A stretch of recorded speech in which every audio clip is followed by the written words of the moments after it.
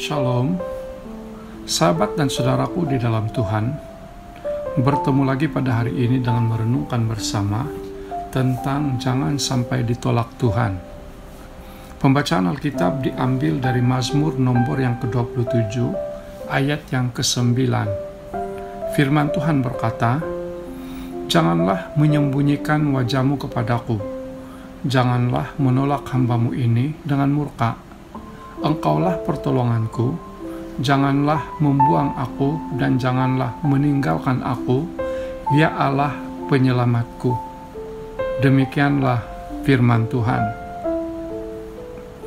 Sahabat dan saudaraku di dalam Tuhan, menjadi orang yang tertolak sangat menyakitkan dan boleh menimbulkan luka-luka batin yang sangat dalam.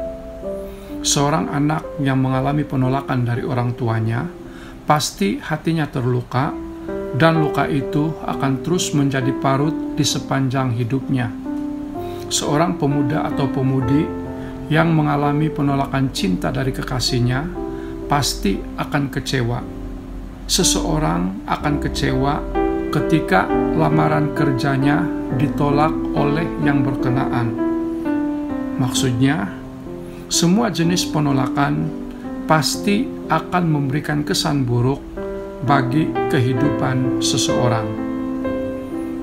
Kata ditolak artinya tidak memenuhi standar yang ditetapkan atau gagal dalam menghadapi ujian. Itulah yang menjadi pergumulan hidup Daud. Hal utama yang menjadi ketakutan Daud adalah jika dirinya ditolak oleh Tuhan. Dia tidak mau ditolak atau dibuang oleh Tuhan. Ditolak Tuhan berarti bencana besar bagi seseorang. Alkitab banyak mencatat tentang kehidupan orang-orang yang ditolak Tuhan, di mana hidupnya harus berakhir dengan kehancuran. Sahabat dan saudaraku di dalam Tuhan, orang-orang di zaman Nuh ditolak Tuhan karena kejahatan mereka, sehingga Tuhan membinasakan mereka dengan air bah. Hanya Nuh sekeluarga yang terlepas dari bencana itu. Penduduk Sodom dan Gomora dibakar oleh Tuhan dengan api dan belerang. Mereka mengalami penolakan Tuhan karena kerusakan moral dan dosanya yang besar. Saul juga ditolak menjadi raja oleh Tuhan karena ketidaktaatannya.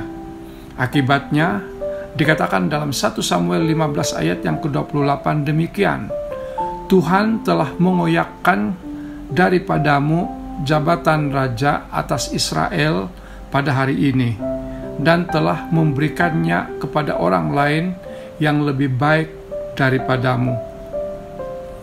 Sahabat dan saudaraku di dalam Tuhan, sebagai orang-orang yang telah diselamatkan oleh Kristus, jangan sampai kita menyia-nyiakan keselamatan itu, tetapi mengerjakan keselamatan kita dengan takut dan gentar sampai akhir hidup kita.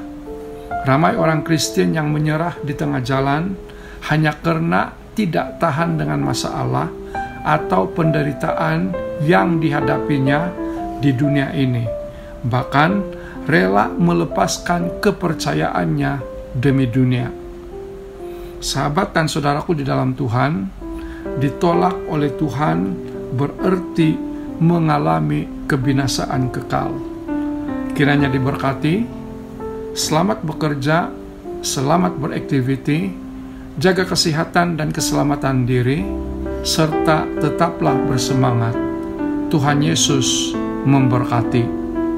Amin.